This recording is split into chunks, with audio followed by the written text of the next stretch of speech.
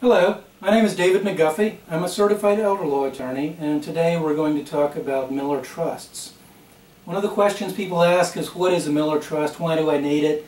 And unfortunately, I can't answer that beyond to say that if you don't use it, as we describe in this program, you may not get Medicaid. That's assuming that your income is too high. Now, what is a Miller Trust? Well, it's a legal device that we use when we are trying to qualify someone for Medicaid and their income is too high. They have a number of different names. They're also called qualified income trusts. They're called qualifying income trusts in some states, and frequently we will abbreviate them as a QIT.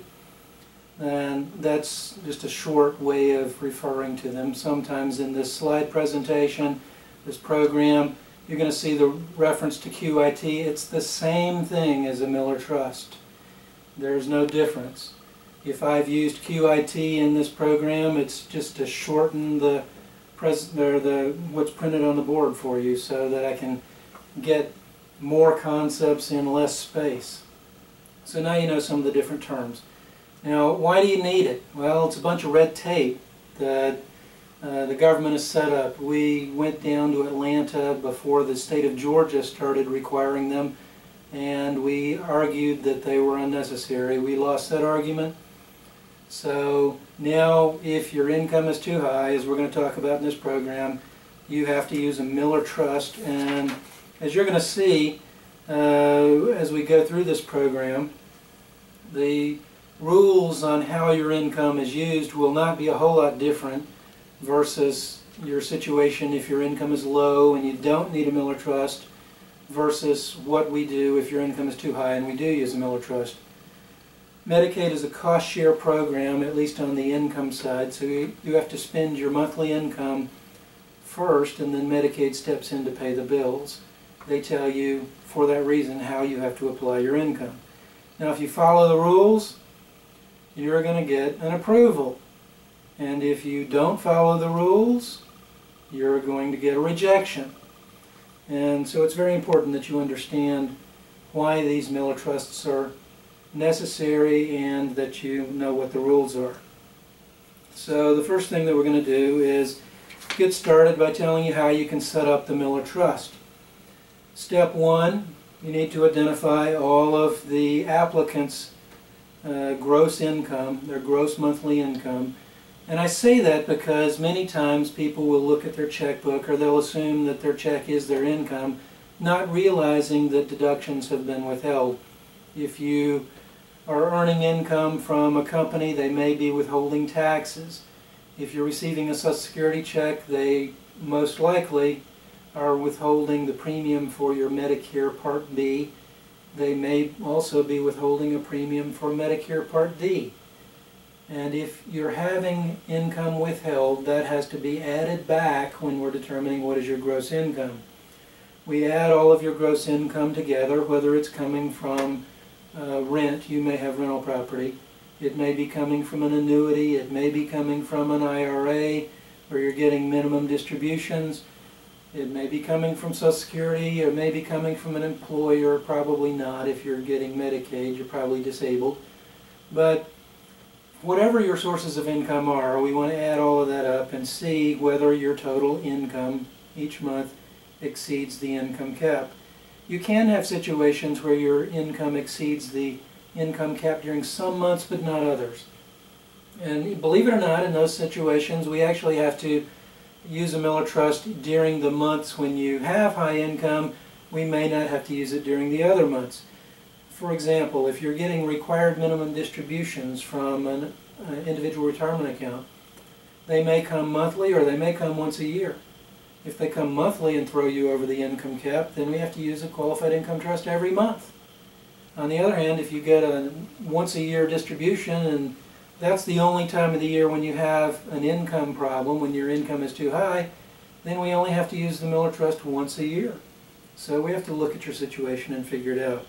Now, what is the income cap? The income cap is an arbitrary number. They don't just pull it out of the air, but it is a bit arbitrary. It applies to individuals who are applying for certain classes of Medicaid, principally the long-term care classes like nursing home Medicaid or what we call CCSP, the Community Care Services Program. And it is 3 times the SSI rate that an individual on supplemental security income receives. Now, the reason I say it's 3 times the SSI rate, this year, 2012, I can tell you what the SSI rate is. It's $698, and if we multiply that by 3, you come out with $2,094. So if your income exceeds that number in 2012, then you have too much monthly income and we have to use a Miller Trust. But wait until next year, because if SSI recipients get a cost of living adjustment, we call that a COLA, because we have acronyms for everything. If they get a cost of living adjustment, then the SSI rate will go up, and 3 times that number will be a larger number or a different number. So we have to pay attention to what SSI recipients are paid. Now, if your income is below the income cap, and again this year, 2012, that is $2,094, and please keep in mind that we're talking about gross income. If your income is below the income cap, then you do not need a qualified income trust. But be certain that your income is below that cap. Because if you're wrong, you lose the math game. And if you're wrong and you lose the math game, then you don't get Medicaid. What you get is a rejection. Rejections are not good. No one likes to be rejected, especially when we're talking about expensive long-term care. So it's probably a good idea to have someone who knows what they're doing review this with you and make sure that you're not over the cap. Now, some good things to know. We do not have to add up the community spouse's income if we have a married couple. Under federal law, the healthy person, the healthy spouse who is not in a nursing home, is called a community spouse. And that community spouse's income is not counted toward the applicant's income eligibility. So I'll give you an example. If we have a married couple and one spouse is healthy and retired from the school board and has very high income, the other spouse has moderately high income and it's a little bit over the cap, the only money that applies is the income of the applicant, and because their income was just over the cap, we still need a Miller Trust, but the Miller Trust only applies to the applicant's income. Let's change the facts a little bit. Let's say that we have a married couple. One spouse is still healthy and is not going to the nursing home. That's the person we call the community spouse. The other one has moderate or to low income. Say they've only got $1,000 a month that they're receiving from Social Security. That's below the cap. We do not have to add both spouses' income together. We only look at the income of the spouse who is applying for Medicaid, the one that's going into the nursing home or that needs long-term care. Now, later in this presentation, I'm going to tell you the one thing that we do look to the community spouse's income for. That's because a low-income community spouse is entitled to get some of their sick spouse's income. The sick spouse is referred to as the institutionalized spouse under federal law. So let's give you a hypothetical again. We've got a married couple. The husband gets sick and needs to go to a nursing home. We need to apply for Medicaid. Let's say he has $3,000 a month in income, so he's over the cap and we will need a Miller Trust for him. Let's say his healthy wife only has $1,000 a month in monthly income. The Medicaid rules permit us to divert some of the sick spouse's income to the healthy spouse so she can continue paying for housing and paying for groceries and other things that come along. What we have to have the community spouse's income for is to make that calculation. It is not something we use in determining whether a Miller Trust is necessary, but it is something we use in determining whether to divert income from the sick spouse to the healthy spouse. So that's a good thing to know. Now what's step 2 on setting this up? Well, first let's find out where the income is going, and hopefully it's all going into a checking account. Now the reason why we want to do that is not because the law requires us to set it up in a particular way, but because reporting will be required. These Miller trusts are part of your income eligibility for Medicaid, so Medicaid's going to ask about them from time to time. If income's not being deposited into the checking account, it's also going to make it difficult for you to get it moved from the primary checking account to the Miller Trust account, which we'll talk about shortly. It makes it easier to report everything to Medicaid if it's all simplified, and it also makes it easier to transfer it to the trust.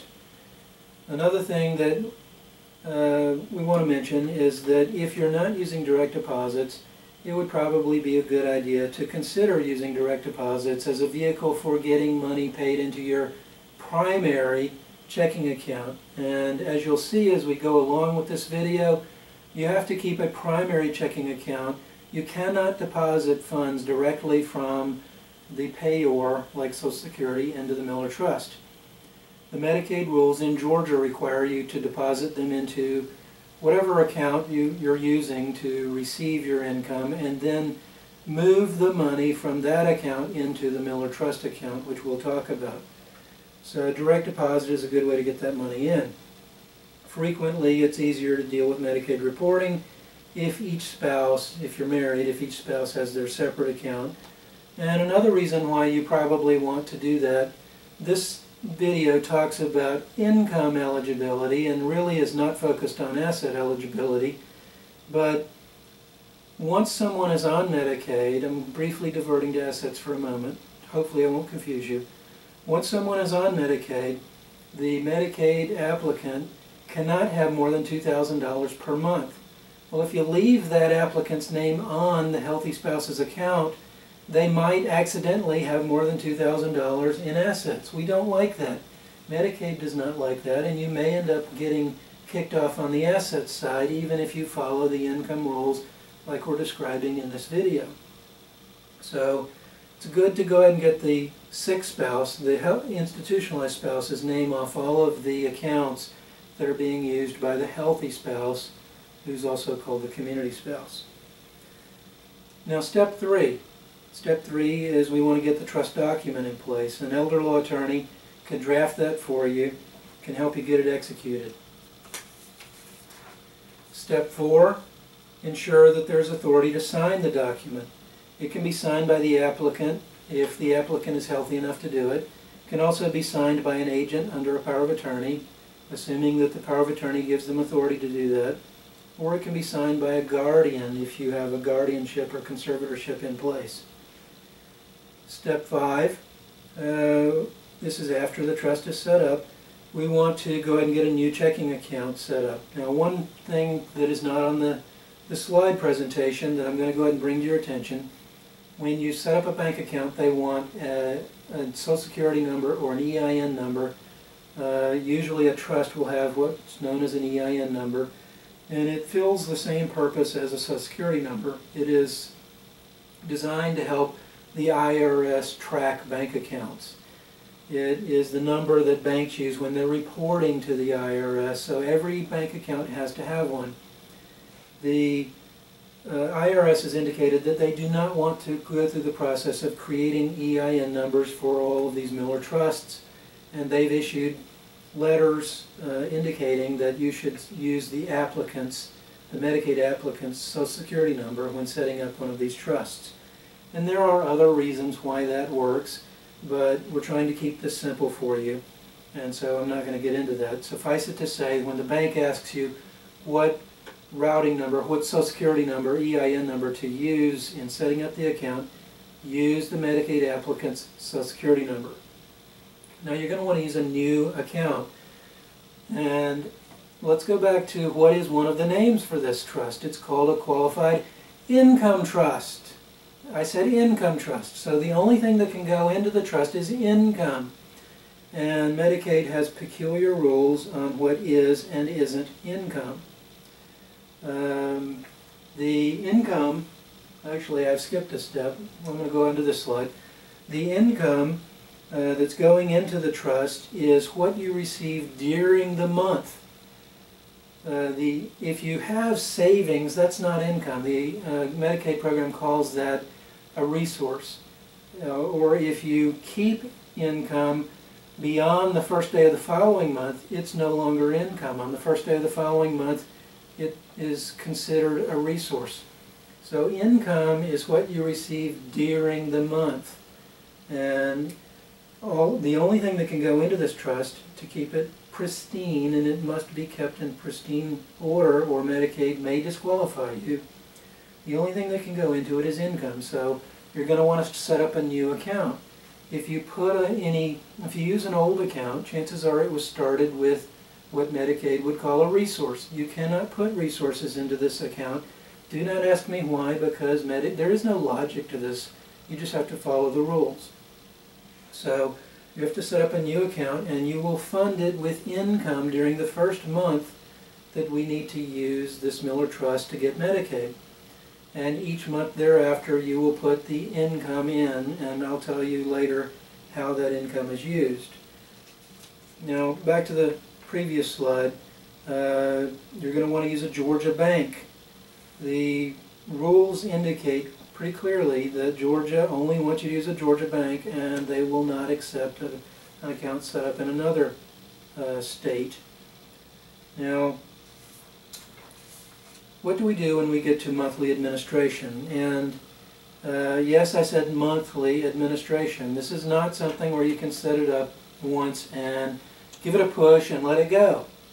This is something that will require your monthly attention.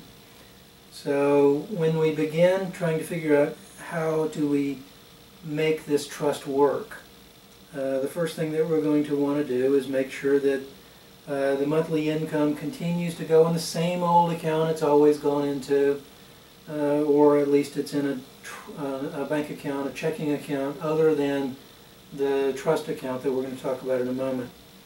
And then each month you will move the money from the account where the money is deposited or where the check hits. You're going to move it into the trust account. Generally, we're going to suggest that you put all of the income, the monthly income, into the Miller Trust account. And again, there's a reason for that. Technically, under the rules, you only have to put enough income in to get below the qualified income trust, the income cap. So let's say you have income of $2,095. You're $1 over the limit. You're $1 over the 2012 income cap of $2,094. Technically, you'd only have to put $1 into the Miller Trust. But what if you get the math wrong? What if you play the math game with Medicaid and you get it wrong? You lose. End of story. You don't get Medicaid, and you have the privilege of paying that $6,000 or whatever it is per month nursing home bill. That's why we tell you that you should probably put all of the income into the Miller Trust account. That way you don't end up losing the math game. Now, making transfers. When you're making the transfers, you can do it any way you would transfer money between accounts. You can write a check from the primary checking account into the Miller Trust account. You can use online banking and have it transferred from one account to the other. Or you can set up an automatic transfer between the accounts. I don't recommend the automatic transfer, but for some individuals it's the easiest thing to do. The problem is, what happens if your loved one leaves the nursing home and goes home and you no longer need Medicaid? Sometimes it becomes difficult to undo those automatic transfers, and if you set them on autopilot, sometimes they can have unintended results. So if you can manage this on a monthly basis, then I suggest that you do so. Now, you're going to make all of the payments as directed by Medicaid from the Miller Trust account. The primary operating account, the one will be your Miller Trust account. The primary account that the money goes into, the one where the checks are deposited into, will become irrelevant, other than it will still be the initial place where money is deposited until you move it to the Miller Trust account. Georgia Medicaid requires that you maintain that primary account. And you might ask, why can't I just have the money deposited into the Miller Trust account and skip that step? And the answer is, because they say you can't. There's no logical reason for it. There's no logical reason why you need to use the Miller Trust account in the first place. It's just the rule, and if you don't follow it, you lose when you're trying to get Medicaid. This is also a reason why the Miller Trust account will be a checking account, because it's the operating account that you will use to make payments. And if you don't have the ability to write checks, you're going to have a hard time transferring money to make those payments. And you will use it to pay permitted bills. Now, I said permitted bills. Medicaid tells you what you can and cannot do with the income. So when I say permitted bills, I'm trying to emphasize this. You can't just make whatever decisions you want to with the income unless you want to have problems. Here's one example of how people get in trouble. Someone is trying to manage a Miller Trust account for their parent, but their parent has to pay some mortgage, or they believe their parent has to pay some mortgage on the home that they're trying to maintain.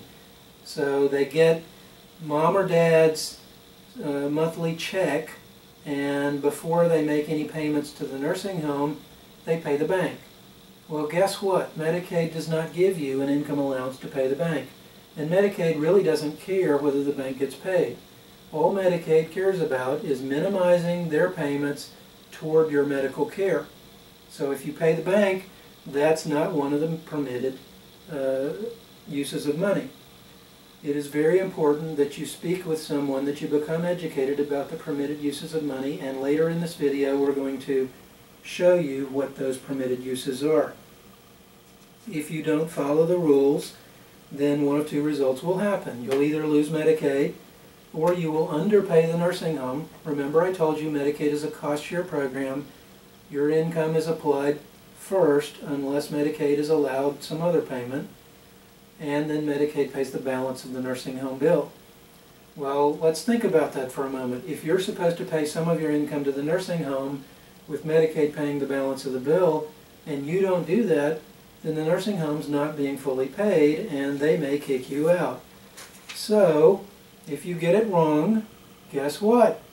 You can be rejected. You can lose.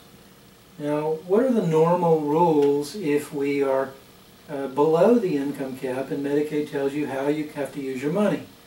Well, in this slide, we're illustrating you have your monthly income coming in, and it goes into your bank account.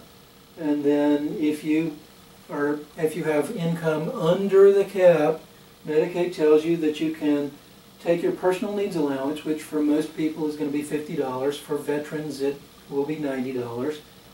You can also pay incurred medical expenses or outstanding medical bills if Medicaid has approved them, and I emphasize if Medicaid has approved them. You can't just decide on your own you're going to do it. Otherwise, your patient liability amount, the amount that Medicaid says you have to pay the nursing home, will be wrong, and you'll underpay the nursing home. So if you need to pay any bills, any outstanding medical bills, you have to present them to Medicaid, get them approved, and then Medicaid will allow you to divert income there. If you have a spouse, if we're talking about a married couple and that spouse has low income, then we can divert enough income to that spouse to get them up to the spousal income allowance, which in 2012 in Georgia, it's going to be different in other states if you're listening from somewhere else. In Georgia, it is $2,841. So back to the example I used earlier in the presentation. Let's say the healthy spouse has income of $1,000. How much income does it take to get them up to $2,841? That math is pretty easy. They need another $1,741. So we would be allowed to divert that much income to that spouse to get them up to that allowance. Now what happens if there's no spouse, because we have a widow or a widower, or just someone who's not married? Or, alternatively, what happens if the spouse has high income they're already over that spousal income limit.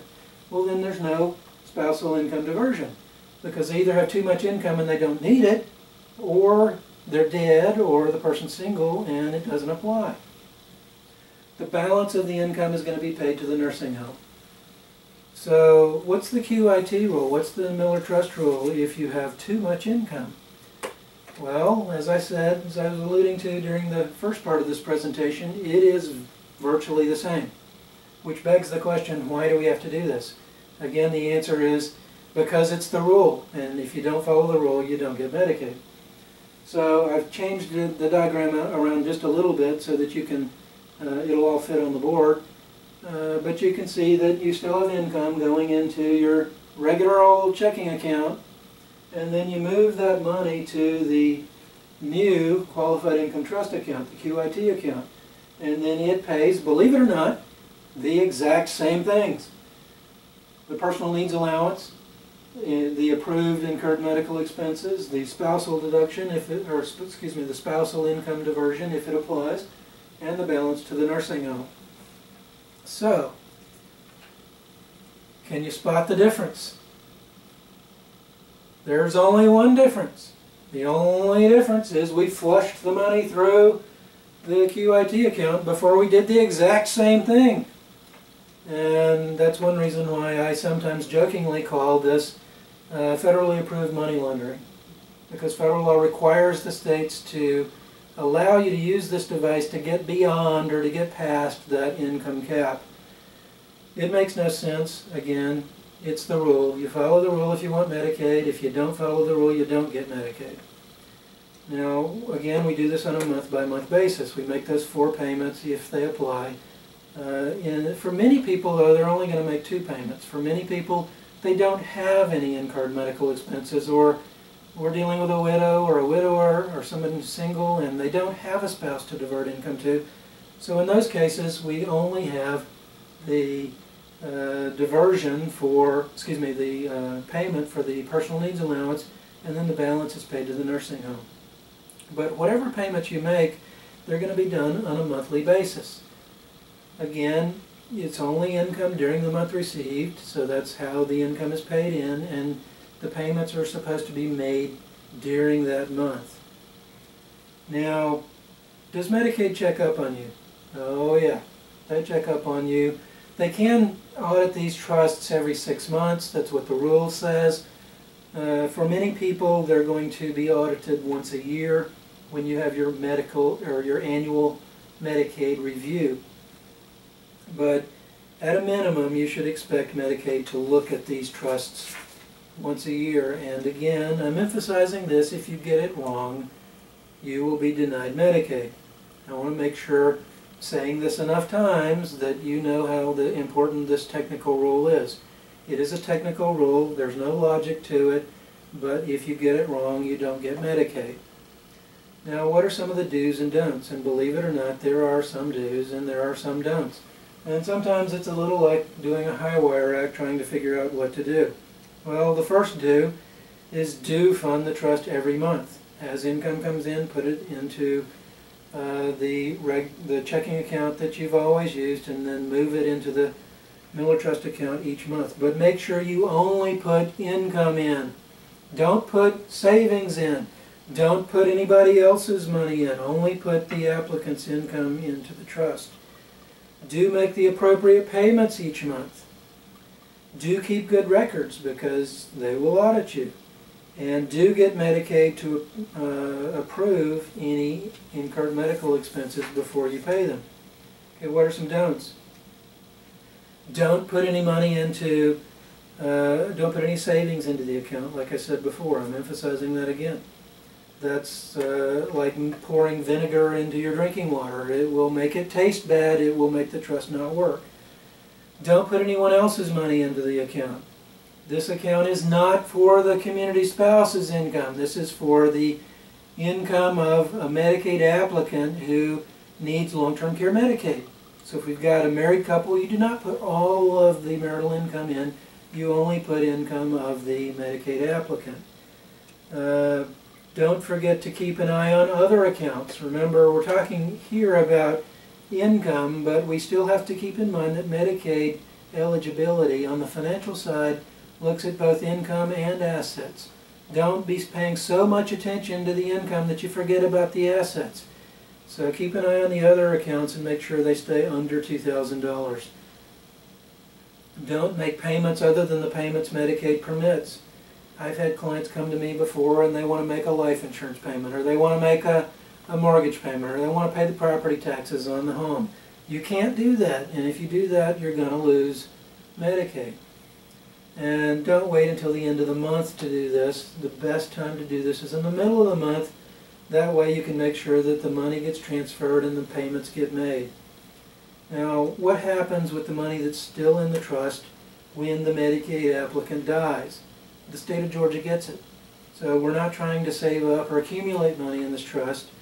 Whatever's in the trust will go to the state of Georgia when the applicant dies. And my suggestion to you, if you're using an elder law attorney, is call that elder law attorney when your loved one dies and let them help you close down the trust. Now, if you don't have someone who is your elder law attorney and you'd like to talk to us, you can reach us at 706-428-0888. If you are already using an elder law attorney and you're just watching this because you want to know more about how Miller Trusts work, that's great. Keep using them. But we're available if you don't have someone helping you. You can give us a call. We'd love to hear from you. You take care, and we'll be back with you with other videos later. Bye-bye.